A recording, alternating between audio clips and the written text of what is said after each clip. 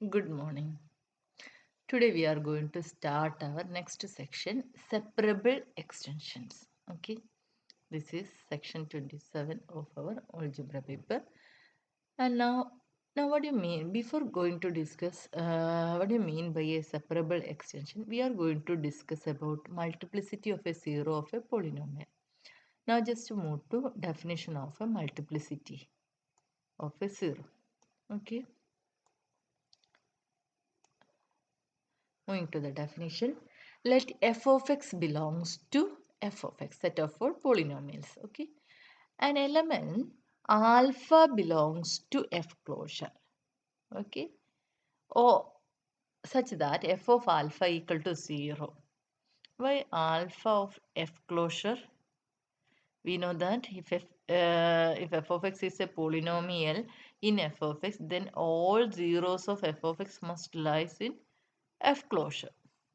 Okay, so an element alpha belongs to f closure is said to be such that f of alpha equal to 0 is a 0 of f of x of multiplicity nu. This is called nu. You can write like this, nu. Okay, this is mu and this is nu. Okay, multiplicity nu. If nu is the greatest integer such that x minus alpha raised to nu is a factor of f of x in f closure x. We can, if f of x is any polynomial in f of x, then we can factorize f of x as a product of linear factor. Okay, so if alpha belongs to f closure and f of alpha equals 0 and it is because of multiplicity nu, if nu is the greatest integer such that x minus alpha raised to nu is a factor of f of x in f closure of x. For example, if you consider the polynomial like x minus x raised to x square minus 4x plus 4, then clearly this you can write as x minus 2 whole square. So 2 is a 0 of f of x with multiplicity 2. Okay, or you can suppose you can write like this. This is 6 and so x minus 3 whole square. So 3 is a 0 of this polynomial with multiplicity 2. Okay. If you consider like this x square minus 9, then this you can write as x minus 3 into x plus 3. So here 3 is a root of f of x with multiplicity 1. Okay, power is 1. Like this. Now, moving to one theorem. Let f of x be an irreducible in f of x. Okay. So that means what is the meaning of that f of x is a an irreducible polynomial means this does not have a 0 in our f. Okay. So now the theorem says that all the zeros of f of x in f closure have same multiplicity. If f of x is an irreducible polynomial, then all zeros of f of x in f closure have same multiplicity. For example, if you consider some x square minus 2, this belongs to q of x. This is an irreducible polynomial. Then this, if you consider this in q closure, then you can write this as x minus root 2 into x plus root 2. Here root 2 is a 0 of this polynomial with the multiplicity 1. Minus root 2 also is a root with the multiplicity 1. The theorem says that all the zeros have same multiplicity. Okay. Now moving to the proof. Let alpha and beta. So to prove this, what we have to prove? We have to prove if x minus alpha raised to nu is a factor of f of x, then if beta is any other zero, then x minus beta raised to nu is also a factor of this polynomial. Or this may have same multiplicity of alpha and beta must have same multiplicity. Okay. So let alpha and beta be zeros of f of x in f closure. Hope statement is clear. And for this we are considering arbitrary zeros alpha and beta of f of x in F closure. Then by conjugation isomorphism theorem, there is a conjugation isomorphism psi alpha beta from f of alpha to f of beta. Why? Since f of x is irreducible polynomial, alpha is a 0 of f of x implies f of alpha equal to 0. Similarly, beta is a 0 of f of x implies f of beta equal to 0. Therefore, irreducible of alpha over f equal to irreducible of beta over f. Okay. So there exists a conjugation isomorphism. And alpha is a 0 of means alpha is algebraic over f. Therefore, this field is already defined. Similarly, this field also defined. Okay. Similarly, beta is a 0 of f of x. Okay. Now, this by conjugation isomorphism theorem, there exists this isomorphism. Okay. Now we are applying by corollary 49. This is actually a corollary of our isomorphism extension theorem. This isomorphism you can extend it to an isomorphism tau from F closure to F closure, because F closure is an algebraic closure of f of alpha. Similarly, F closure is an algebraic closure of f of beta. Then you can extend this to F closure. Then to if you consider the inverse, finally we get there exists a isomorphism tau from F closure to F closure. Okay. Now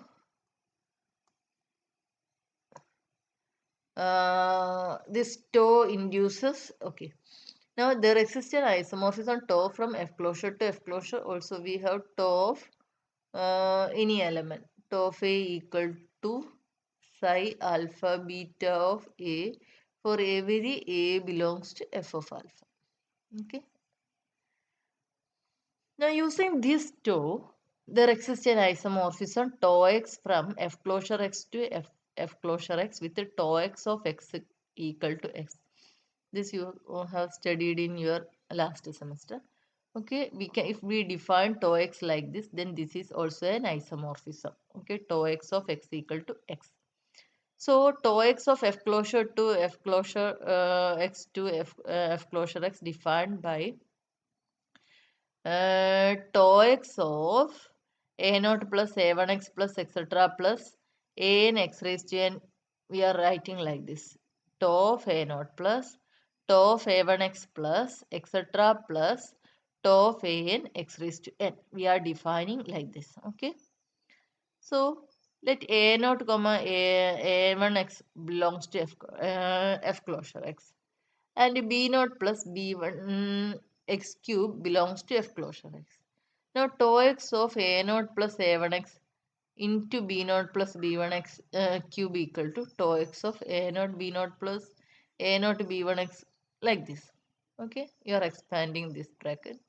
Then apply tau x. Tau x by definition this is equal to tau and this is equal to coefficient become tau. Okay. Now tau x of a naught into a1x plus into tau x of b naught plus b1x cube equal to, again by definition like this, by definition like this.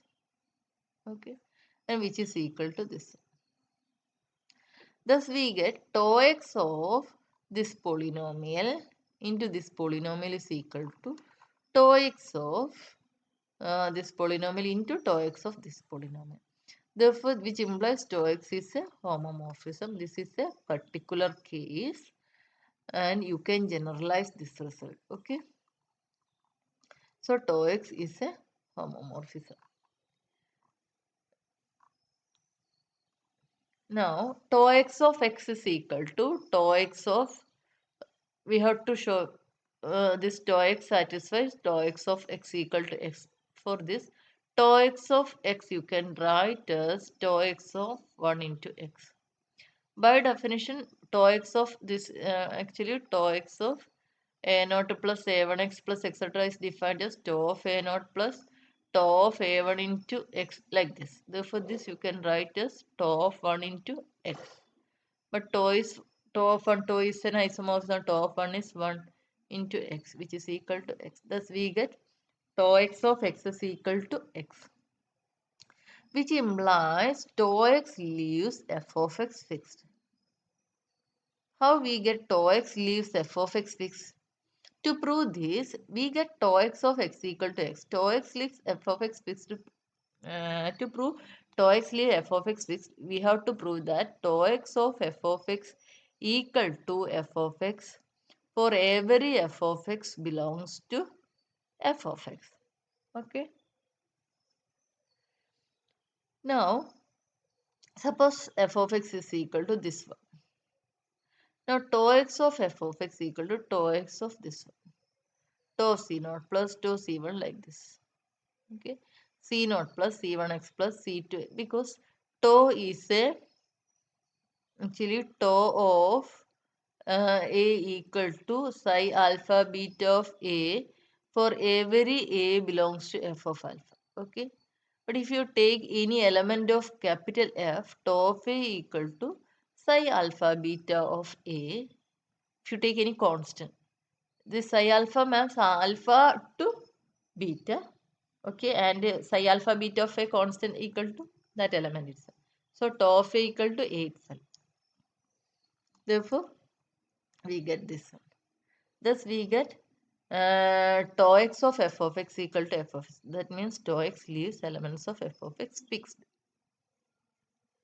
Okay. Now, using this result, we are going to prove this one. What is tau x of x minus alpha whole raised to nu?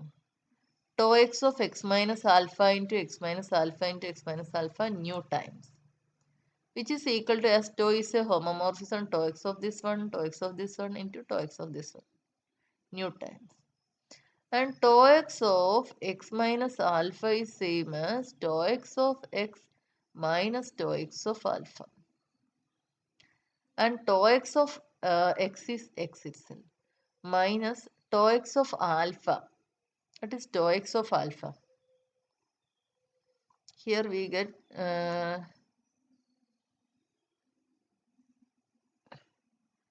tau x of alpha, you can write as tau of alpha, and tau of alpha is beta,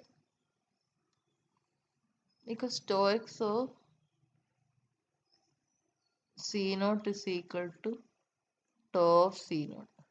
Okay, so tau x of alpha is equal to tau of alpha, which is equal to beta. Therefore, this is x minus beta into x minus nu time. Okay, thus we get tau x of x minus alpha raised to nu is equal to x minus beta raised to nu. So, what happens? We have tau x of f of x equal to f of x, and tau x of x minus alpha raised to nu equal to x minus beta raised to nu. From this, what we get? If f of x you can write like this, x minus alpha raised to nu into something, then tau x of x minus alpha raised to nu is x minus beta raised to nu. That means this f of x is also a x minus beta raised to nu is also a factor of f of x. Once again, we have, suppose f of x equal to x minus alpha raised to nu into something, some g of x. Okay. Then, but we have tau x of f of x is equal to f of x. And by definition, this is tau x of x minus alpha raised to nu into g of x. And this is equal to tau x of x minus alpha raised to nu into tau x of g of x. Tau x of x minus alpha raised to nu is x minus beta raised to nu into tau x of g of x, and which is equal to f of x, because tau x of f of x is f of x. Therefore, x minus beta raised to nu is a factor of f of x. This may consist of x minus beta, okay, terms. Therefore, multiplicity of beta in f of x is greater than or equal to multiplicity of alpha, because this is new. This may consist of factor x minus beta. Therefore, multiplicity of beta is greater than or equal to multiplicity of alpha. Okay. Since let f of x equal to this one, x minus, you can write like this. Same thing. Okay. Then f of x, tau x of f of x equal to f of x. Therefore, f of x equal to like this. F of x equal to. Therefore, multiplicity of beta in f of x is greater than or equal to multiplicity of alpha in f of x. Similarly, this happens if we take alpha and beta. Okay, if you take beta and alpha, then we get multiplicity of alpha is greater than or equal to is greater than or equal to multiplicity of beta. That means we get multiplicity of alpha equal to multiplicity of beta. A symmetric argument gives the reverse inequality. So the multiplicity of alpha equal to multiplicity of beta. Okay. From this, multiplicity of beta is less than or equal to multiplicity of alpha. Again, multiplicity of alpha is less than or equal to multiplicity of beta implies multiplicity of alpha equal to multiplicity of beta. Okay, that means if you take any two zeros of f of x, then it must have same multiplicity. Clear? Now moving to one corollary. If f of x is an irreducible in f of x, then f of x has a factorization in f closure x of the form a into product I x minus alpha I raised to nu I, where alpha I is the distinct zeros of f of x in f closure x and a belongs to f. Okay. If f of x is an irreducible polynomial, then we can write f of x like this. You must note this. If f of x is an irreducible polynomial, then f of x you can write like this. Let alpha 1, alpha 2, etc. alpha and b n distinct zeros of f of x in f closure with the corresponding multiplicity mu 1, mu 2, etc. mu n. So f of x equal to a into x minus alpha 1 into nu 1, x minus alpha into nu 2, etc. x minus alpha n raised to nu n. Since f of x is irreducible by above theorem, just change the number. By above theorem, we get nu 1 equal to nu 2 equal to etc. nu n. Okay. Then f of x equal to a into x minus alpha 1 raised to nu 1, x minus alpha 2 raised to nu 2, etc. x minus alpha raised to nu n, and which is same as, you can write like this, a into x minus alpha 1 raised to nu, x minus alpha 2 raised to nu, etc. x minus alpha n raised to nu. Therefore, this is equal to a into product I x minus alpha I raised to nu. Because we are taking nu 1, nu 2, etc. which is equal to nu, and then f of x you can write like this. Now we have one theorem. If E is a finite extension of f, then index of E over f divides degree of E over f. This is one of the most important theorem.